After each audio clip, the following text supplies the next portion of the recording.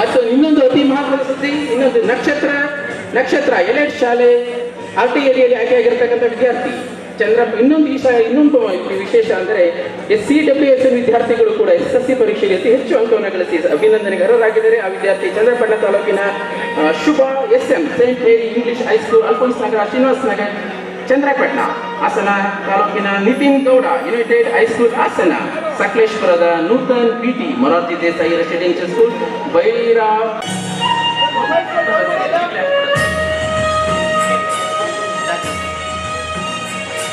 ಈಗ ಕಳೆದ 3 ವರ್ಷಗಳ CWSN ವಿದ್ಯಾರ್ಥಿ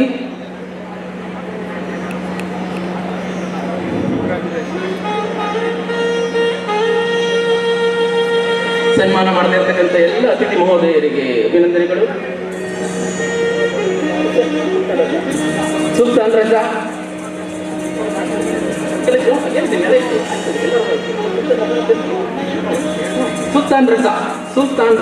CWSN ವಿಭಾಗದಿಂದ ಅಭಿನಂದನೆಗೆ ಅರ್ಹರಾಗ್ತಿದ್ದಾನೆ. ಈ ಅಭಿನಂದನೆ ಕಾರ್ಯಕ್ರಮವನ್ನು ಯಶಸ್ವಿಯಾಗಿ ನಡೆಸಿಕೊಡ್ತಾ ಇರ್ತಕ್ಕಂಥ ಎಲ್ಲ ಅತಿಥಿ ಗಣ್ಯರಿಗೆ ಕರ್ನಾಟಕ ಸಚಿವರಾದ ಮಾನ್ಯ ಕಂದಾಯ ಸಚಿವರಾದ ಶ್ರೀ ಕೃಷ್ಣ ಬೈರೇಗೌಡ ಸರ್ ಅವರಿಗೆ, ಹಾಸನದ ಸಂಸದರಾದಂಥ ಶ್ರೇಯಸ್ ಪಟೇಲ್ ಸಾಹೇಬರಿಗೆ, ಹಾಸನದ ನಮ್ಮ ಮೆಚ್ಚಿನ ಜಿಲ್ಲಾಧಿಕಾರಿಯಾಗಿರತಕ್ಕಂಥ ನಮ್ಮಲ್ಲಿ ಅನೇಕ ಮಕ್ಕಳು ಸರ್ಕಾರಿ ಶಾಲೆಗಳಲ್ಲಿ, ಸರ್ಕಾರಿ ಅನುದಾನಿತ ಮತ್ತು ಖಾಸಗಿ ಶಾಲೆಗಳಲ್ಲಿಯೂ ಸಹ ವಿದ್ಯಾಭ್ಯಾಸ ಮಾಡಿದ್ದಾರೆ. ಜೊತೆಯಾಗಿ ವಸತಿ ಶಾಲೆಗಳಲ್ಲಿ ವಿದ್ಯಾಭ್ಯಾಸ ಮಾಡಿರ್ತಕ್ಕಂತಹ ಮತ್ತು ಉತ್ತಮ ಅಂಕಗಳನ್ನು ಗಳಿಸಿರ್ತಕ್ಕಂತಹ ಮಕ್ಕಳು, ಅಂಗವಿಕಲ ವಿಶೇಷ ಚೇತನ ಮಕ್ಕಳು ಮತ್ತು ಬಾಲಮಂದಿರದಲ್ಲಿ ವಿದ್ಯಾಭ್ಯಾಸ ಮಾಡಿ SSLCಯಲ್ಲಿ ಉತ್ತಮ ಅಂಕಗಳನ್ನು ಗಳಿಸಿದ ಮಕ್ಕಳು, ಹೀಗೆ ಪ್ರತಿ ತಾಲೂಕಿನಿಂದ ನಾವು ಮಕ್ಕಳನ್ನು ಆಯ್ಕೆ ಮಾಡಿದ್ದೇವೆ. 5 ಮಕ್ಕಳನ್ನು, ಅವರಿಗೆ ಸನ್ಮಾನ ಕಾರ್ಯಕ್ರಮವನ್ನು ಸಹ ಇವತ್ತು ಅಭಿನಂದನಾ ಕಾರ್ಯಕ್ರಮವನ್ನು ನಾವು ಆಯೋಜಿಸಿಕೊಂಡಿದ್ದೇವೆ. ಈ ಕಾರ್ಯಕ್ರಮಕ್ಕೆ ಉದ್ಘಾಟನೆಗೆ ಅಭಿನಂದನೆಗಳನ್ನು ಸಲ್ಲಿಸಬೇಕು. ಜೊತೆಗೆ ಶಿಕ್ಷಣದಿಂದಷ್ಟೇ ನಾವು ಯಾವುದಾದ್ರೂ ಒಂದು ಗುರಿ ಮುಟ್ಟಲಿಕ್ಕೆ ಸಾಧ್ಯ.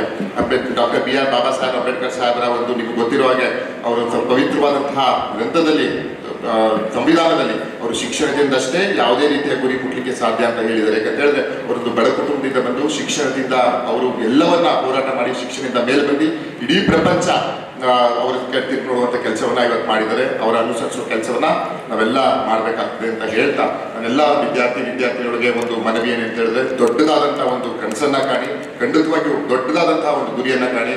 ಖಂಡಿತ ಆ ಗುರಿಯನ್ನ ಮುಟ್ಟುವಂತಕ್ಕೆ ನೀವು ಯಶಸ್ಸು ಖಂಡಿತ ನಾನೇ ಕಾಣ್ತೀರಾ ಅಂತ ನನ್ನ ಒಂದು ಭರವಸೆ. ಜೊತೆಗೆ ನಿಮ್ಮೆಲ್ಲರ ಭವಿಷ್ಯ ಉಜ್ವಲವಾಗಿರಲಿ.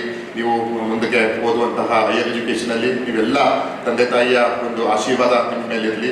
ನಾವು ತಂದೆ ತಾಯಿಗೆ ಎಷ್ಟು ಗೌರವ ಕೊಡ್ತೀವೋ ಅಷ್ಟೇ ಗೌರವವನ್ನು ನಮಗೆ ಇವತ್ತು ಈ ಸ್ಥಾನಕ್ಕೆ ಕರ್ಕೊಬಂದವರು ಯಾರಂತ ಹೇಳಿದ್ರೆ ನಮ್ಮ ಶಿಕ್ಷಕರು. ಅಷ್ಟೇ ಗೌರವವನ್ನು ಕೊಡುವಂಥ ಕೆಲಸವನ್ನ ನಾವು ಮಾಡಬೇಕಾಗ್ತದೆ.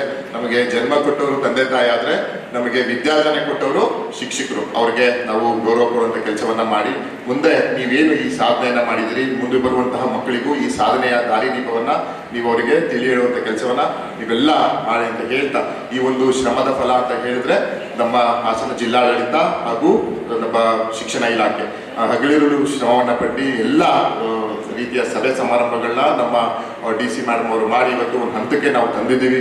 ಖಂಡಿತ ಇದು ಹೆಮ್ಮೆ ತರುವಂತಹ ವಿಷಯ.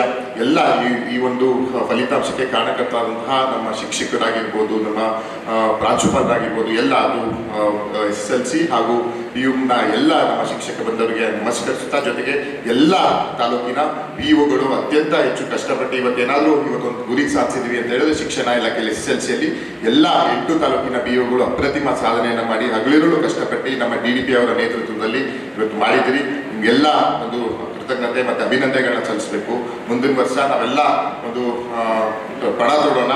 ರಾಜ್ಯಕ್ಕೆ ಹಾಸನ ಪ್ರಪ್ರಥಮವಾಗಿರಬೇಕು. ಅದು ನಮ್ಮೆಲ್ಲರ ಕನಸು, ನನ್ನ ವೈಯಕ್ತಿಕ ಕನಸು ಅಷ್ಟೇ. ಕಳೆದ ವರ್ಷ ಆಗಿರ್ಬೋದು, ಈ ವರ್ಷ ಆಗಿರ್ಬೋದು, ನಾವೆಲ್ಲ ಸೇರಿ ಹಗಲಿರುಳು ಶ್ರಮ ಪಟ್ಟಿದ್ವಿ. ಆದರೆ ನಾವು ಟಾಪ್ 5 ಇದ್ದೀವಿ. ಅದು ನಮ್ಮ ಹೆಮ್ಮೆ ತರುವಂಥ ವಿಷಯ. ಮುಂದಿನ ದಿನಗಳಲ್ಲಿ ನಾವೆಲ್ಲ ಸೇರಿ ನಮ್ಮ ಜಿಲ್ಲಾ ಉಸ್ತುವಾರಿ ಸಾಹೇಬರ ನೇತೃತ್ವದಲ್ಲಿ ನಾವು ಹಾಸನ ಜಿಲ್ಲೆಯ ಪ್ರಥಮ ಸ್ಥಾನಕ್ಕೆ ತರುವಂಥ ಕೆಲಸವನ್ನ ನಾವೆಲ್ಲ ಮಾಡೋಣ ಅಂತ ಹೇಳ್ತಾ, ಎಲ್ಲ ಮಕ್ಕಳಿಗೂ ಆ ತಾಯಿ ಹಾಸನಾಂಬ ತಾಯಿ ಒಳ್ಳೆಯದನ್ನ ಮಾಡಲಿ. ಭಗವಂತ ನಿಮ್ಮೆಲ್ಲರಿಗೂ ಉಜ್ವಲವಾದಂತಹ ಭವಿಷ್ಯ ಇದೆ. ತಂದೆ ತಾಯಿಯ ಮಾರ್ಗದರ್ಶನದಲ್ಲಿ ನೀವು ಹೋಗಿ, ಖಂಡಿತವಾಗಿಯೂ ನಿಮಗೆ ಆ ಭಗವಂತ ಯಾವತ್ತೂ ಕೈ ಬಿಡಲ್ಲ ಅಂತ ಹೇಳ್ತಾ ನಾನು 2 ಮಾತನ್ನು ಮುಗಿಸ್ತೀನಿ. ಎಲ್ಲರಿಗೂ ನಮಸ್ಕಾರ.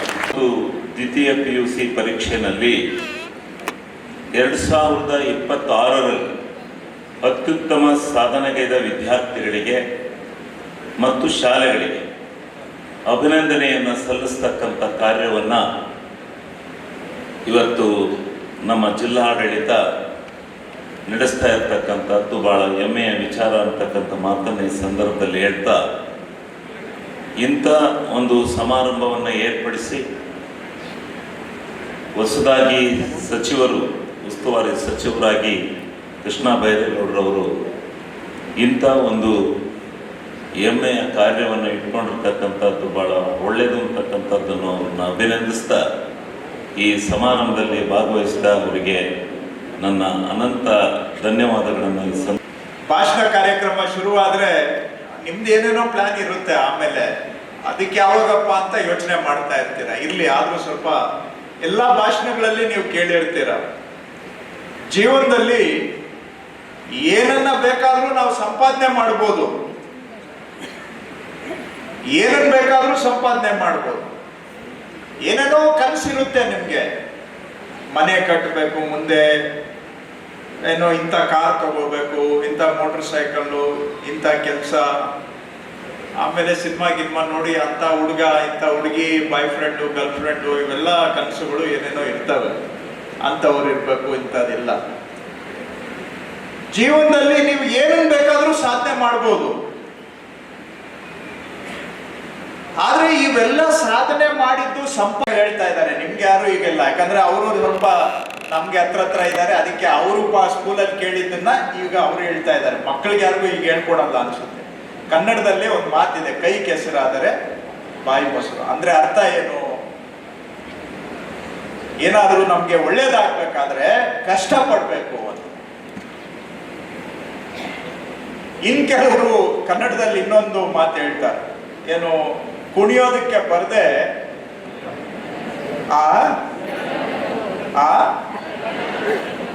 ಅಂಕು ಡೊಂಕು ಸ್ಟೇಜು ಅಂತ ಟೀಕೆ ಮಾಡಿದ್ರು ಅಂತ. ನಾನು ಸರಿಯಾಗಿ ಕುಣಿಯಕ್ಕೆ ಬಂದ್ರೆ ಸ್ಟೇಜ್ ನನಗೆ ಅಡ್ಡ ಬರುತ್ತಾ? ಸೊ ಹಾಗೆ ಜೀವನದಲ್ಲಿ ಯಶಸ್ಸು ಸಿಗಬೇಕು ಅಂತ ಹೇಳಿದ್ರೆ ನಾನು ಸರಿಯಾಗಿ ಪ್ರಯತ್ನ ಮಾಡಿದ್ರೆ ಯಶಸ್ಸು ಸಿಕ್ಕೇ ಸಿಗುತ್ತೆ. ನಾನು ಬರೀ ಕತೆಗೋಸ್ಕರ ಹೇಳ್ತಾ ಇಲ್ಲ, ಭಾಷಣಕ್ಕೋಸ್ಕರ ಹೇಳ್ತಾ ಇಲ್ಲ. ನಂದು ಸ್ವಲ್ಪ ವೈಯಕ್ತಿಕ ಅನುಭವ, ನನ್ನ ಜೀವನದ ಅನುಭವ ಇಟ್ಕೊಂಡು ನಾನು ಹೇಳ್ತಾ ಇದ್ದೀನಿ. ನೀವೆಲ್ಲ ಇವತ್ತು ಟಾಪ್ ಅಲ್ಲಿ ಬಂದಿದ್ದೀರಾ, ನಿಮ್ಗೆ ಸನ್ಮಾನ ಮಾಡಕ್ಕೆ ಇಲ್ಲಿ ಕರೆದಿದ್ದೀವಿ. ವಿಪರ್ಯಾಸ ಏನು ಅಂದ್ರೆ, ನಿಮ್ಮಂಗೆ ನಾನು PUC ಅಲ್ಲಿ ಇದ್ದಾಗ ನಿಮ್ಮಂಗೆ ನಾನು ಟಾಪ್ ಅಲ್ಲಿ ಬಂದಿರ್ಲಿಲ್ಲ, ನಾನು PUC ಅಲ್ಲಿ ಫೇಲ್ ಆಗಿದ್ದೆ. ವಿಪರ್ಯಾಸ ನೋಡಿ. ಇವತ್ತು ನಾನು ನಿಮ್ಗೆ ಸನ್ಮಾನ, ಈಗ ನನ್ನ ಕೈ ಮಾಡಿಸ್ಕೋಬೇಕಾ ಅಂತ ನಿಮ್ಗೆ ಜಿಜ್ಞಾಸೆ ಬರ್ಬೇಕು ಇವಾಗ.